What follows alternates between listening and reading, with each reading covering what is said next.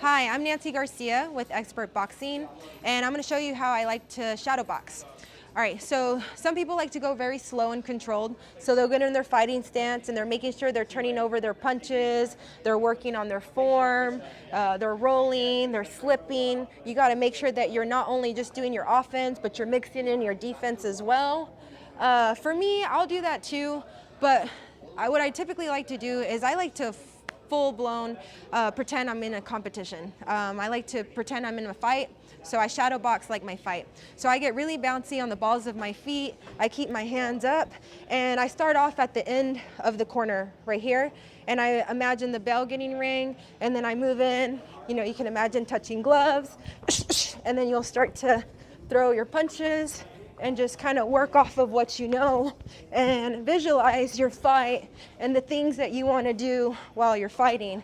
You can imagine getting hit, moving around, okay? Maybe putting your opponent on the corner, keeping them there, and you know, just kind of staying on top of things.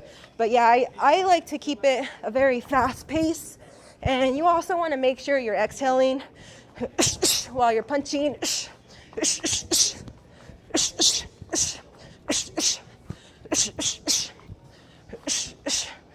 Also, just kind of make sure, you know, you're not staying in the same spot.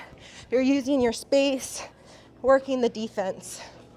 So when I'm shadow boxing, I typically like to wear my hand wraps, but typically after shadow boxing, I'll work my way to the heavy bag. So there's different things that you can do when you shadow box. Some people like to have 2 to 3 pound dumbbells. I really wouldn't have anything heavier than that. Dumbbells are good to have in your hands because it put weights on it. Your glove is like, usually people have 12, 14, or 16 ounce gloves. And you can, you know, have a 2 pound dumbbell. Makes it a little bit heavier, helps build your shoulder endurance. If you do have your dumbbells, make sure that you go full extension, work on your form. You don't want to do anything too fast or overextension because you can hurt yourself having that weight in your hand. So like if you're doing speed with a dumbbell and you shoot really hard, you can kind of hurt your shoulder when you do that. So if you do have dumbbells, go slow and controlled and work with it. But if you're visualizing your fight, I would just keep wraps on. I like to keep my wraps on. And then I know some people like to wear their gloves too. It's not so bad wearing gloves. You can focus on touching the gloves to your face. That's a good habit that you should always have. So when I shadow box, I'll shadow box before my workout. So it's part of my warm up. You can really shadow box during anything. So you could do your strength and conditioning work. During your rest periods, you can shadow box. Or you can shadow box at the very end. It doesn't really matter too much when you do it, but most boxers will shadow box before their training begins. When I shadow box, I also like to set a timer. So sometimes I'll just do 5 minutes straight, or I'll do my round times. So if I am working on my speed and I'm visualizing my fight and I'm going fast, I'll set my timer for like 3 minutes with a 1 minute rest. Another thing that I do during my rest is I focus on my heart rate. When you shadow box, your heart rate's gonna start getting higher and higher.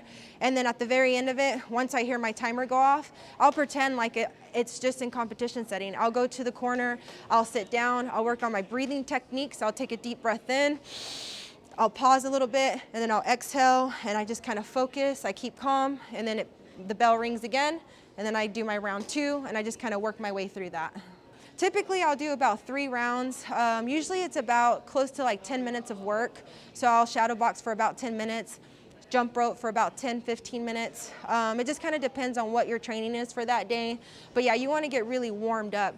You have fascia tissue, it's connective tissue throughout all your muscles. Whenever you start shadow boxing, you're just kind of getting yourself warmed up. It's a lot of range of motion and, you know, just staying light on your feet, throwing combinations, using your strategies, visualizing your opponent, and just kind of working through all of that. All right, thanks for listening. Again, this is Nancy Garcia. You can follow me on Instagram at Nancy_Garcia.tx.